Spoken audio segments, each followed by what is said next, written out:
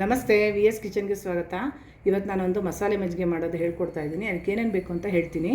ಹಸಿಮೆಣಸು, ಸ್ವಲ್ಪ ಕೊತ್ತಂಬರಿ ಸೊಪ್ಪು, ಸ್ವಲ್ಪ ಶುಂಠಿ, ಸ್ವಲ್ಪ ಜೀರಿಗೆ, ಒಣಮೆಣಸಿನ್ಕಾಯಿ ಸ್ವಲ್ಪ ಕರಿಬೇವಿನ ಸೊಪ್ಪು, ಮೊಸರು 1 ಕಪ್ಪು. ಇವಿಷ್ಟು ಬೇಕಾಗಿರೋ ಸಾಮಗ್ರಿಗಳು. ಮಾಡೋದು ಹೇಗೆ ಅಂತ ನೋಡ್ಕೊಳ್ಳೋಣ.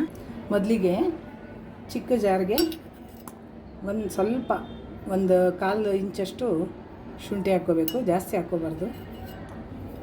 ಮತ್ತು ಜೀರಿಗೆ 1/4 ಸ್ಪೂನು, ಮತ್ತು ಒಂದು ಹಸಿಮೆಣಸಿನಕಾಯಿ, ಮತ್ತು ಕೊತ್ತಂಬರಿ ಸೊಪ್ಪು ಒಂದು ಕಡ್ಡಿ. ಇದಿಷ್ಟು ಪೇಸ್ಟ್ ಮಾಡ್ಕೋಬೇಕು.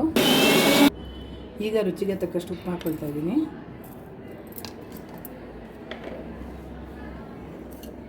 ಮೊಸರು 1 ಕಪ್ಪಷ್ಟು ಹಾಕ್ಕೊಳ್ತಾ ಇದ್ದೀನಿ.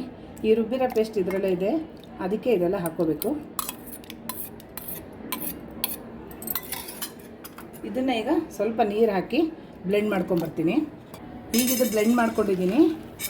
ಇದೀಗ ಪಾತ್ರೆಗೆ ಹಾಕ್ಕೊಂಡು ರೆಡಿ ಮಾಡ್ಕೊತಾ ಇದ್ದೀನಿ. ಏನಿಲ್ಲ, ಇದು ಮದುವೆ ಮನೆಗಳಲ್ಲಿ ಮಾಡುವ ಮಸಾಲೆ ಮಜ್ಜಿಗೆ.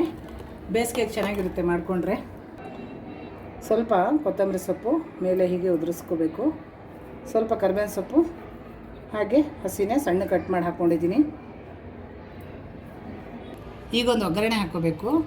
ಈ ಒಗ್ಗರಣೆಗೆ 1 ಸ್ಪೂನ್ ಎಣ್ಣೆ ಹಾಕ್ಕೊಂಡಿದ್ದೀನಿ. ಒಂದು ಸ್ವಲ್ಪ ಸಾಸಿವೆ, 1/4 ಸ್ಪೂನಷ್ಟು ಜೀರಿಗೆ,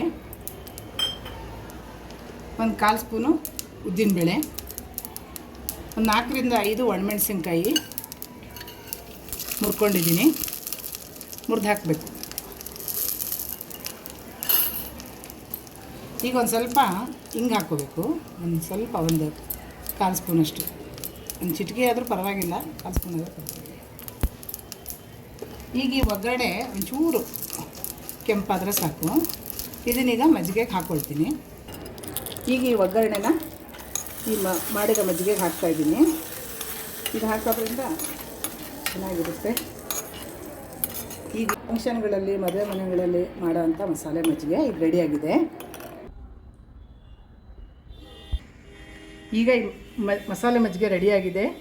ಈ ವಿಡಿಯೋ ಇಷ್ಟ ಆದರೆ ಲೈಕ್, ಶೇರ್, ಸಬ್ಸ್ಕ್ರೈಬ್ ಮಾಡ್ಕೊಳ್ಳಿ. Thank you.